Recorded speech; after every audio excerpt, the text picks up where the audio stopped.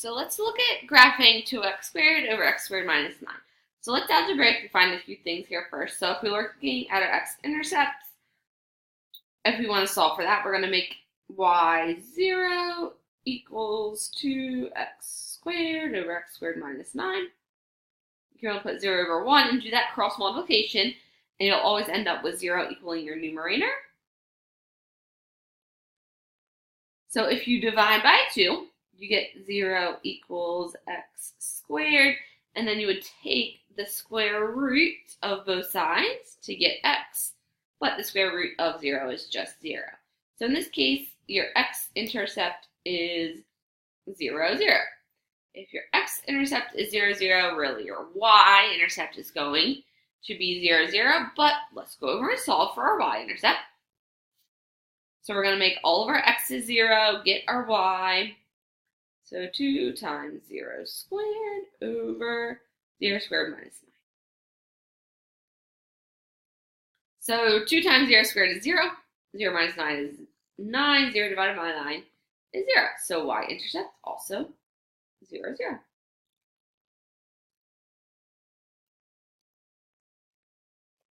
So let's go ahead and find our vertical asymptotes. So vertical asymptotes, we're solving for that denominator, x squared minus 9.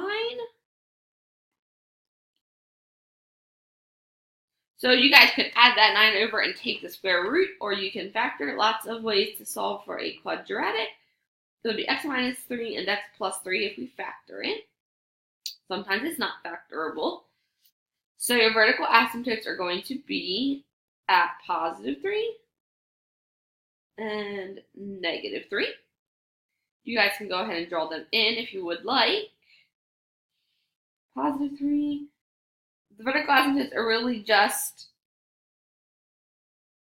the domain for your function. Is telling us what values we can't put in that denominator because they would make our denominator 0, and we can't have that. That would be undefined. You can't divide by 0.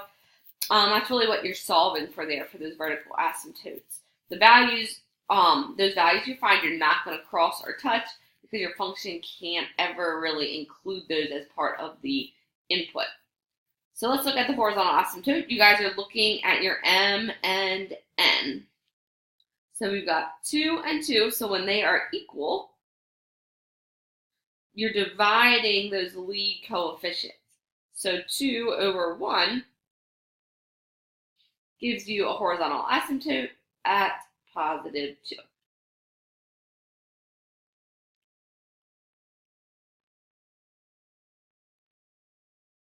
So let's go ahead now before we do the domain and range.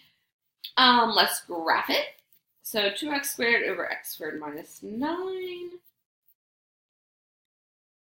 2x squared divided by x squared minus 9.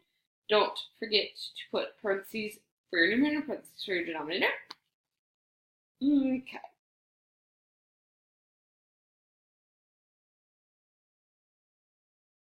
So there you guys can kind of see that our graph is leveling out kind of down there at our horizontal asymptote of 2. We've got a middle section coming up to the x-axis like a parabola almost in the middle there.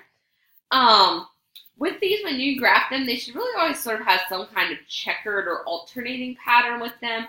They shouldn't really ever be right next to each other, those different sections of your function. So if there's not really sort of that alternating or checkered pattern going on, I double check what's going on with the equation that you guys typed in. But it kind of matches what we've drawn in. So we're just going to find some points to plot. So we're going to go to our table. We do know that 0, 0 is a point, but that's the only one we've got so far. So how about negative 1 and a quarter, and then negative or positive 1, negative a quarter, or 1.6, negative 2. Okay, I just have to remember all those because I'm going to forget by the time we go to graphics. So we had 0, 0, we had 1 and negative 1 and a quarter, and negative 2 almost just a little over 1.5. Okay, we can draw that in. Then let's go get some points, and you guys have the luxury of just looking at your calculator. Let's go get some other points. So how about on the left side of that asymptote? So -5, 3.1, -4, 4.5.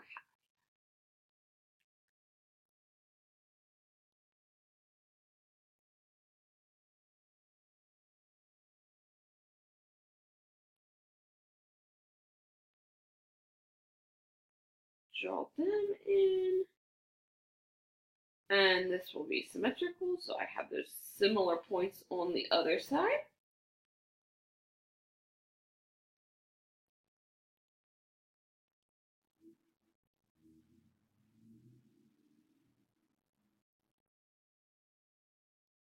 And just kind of sketch it in there.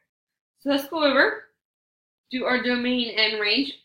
And yes, so as you guys can see, it's obviously okay to plot decimals. Just pull those points right from your table. So for your domain and range, domain corresponds or relates to your vertical asymptotes if you have any. And the range corresponds or relates to the horizontal asymptotes. So for your domain, you've got 3 sections here kind of going on. You kind of got a section right here, then in the middle, and then to the right. So when you guys are doing this, the first section is from the left to that first vertical asymptote at -3. So to write that, we say from -infinity to -3. These vertical asymptotes, horizontal asymptotes, always get parentheses. Then we have one more section in the middle and a third section on the right. So each section gets its own set of parentheses. So what's the next section in the middle? Well, from your first to second vertical asymptote. So it's from -3 to +3.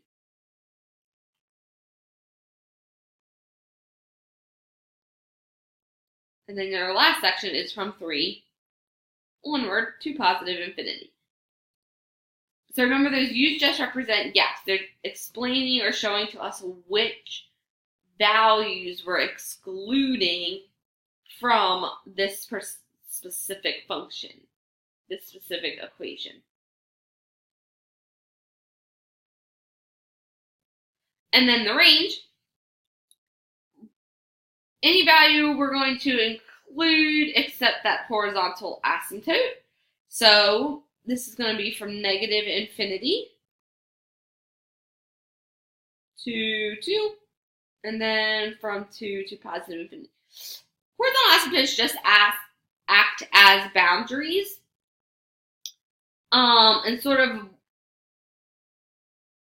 show where the end behavior of your function is going to go.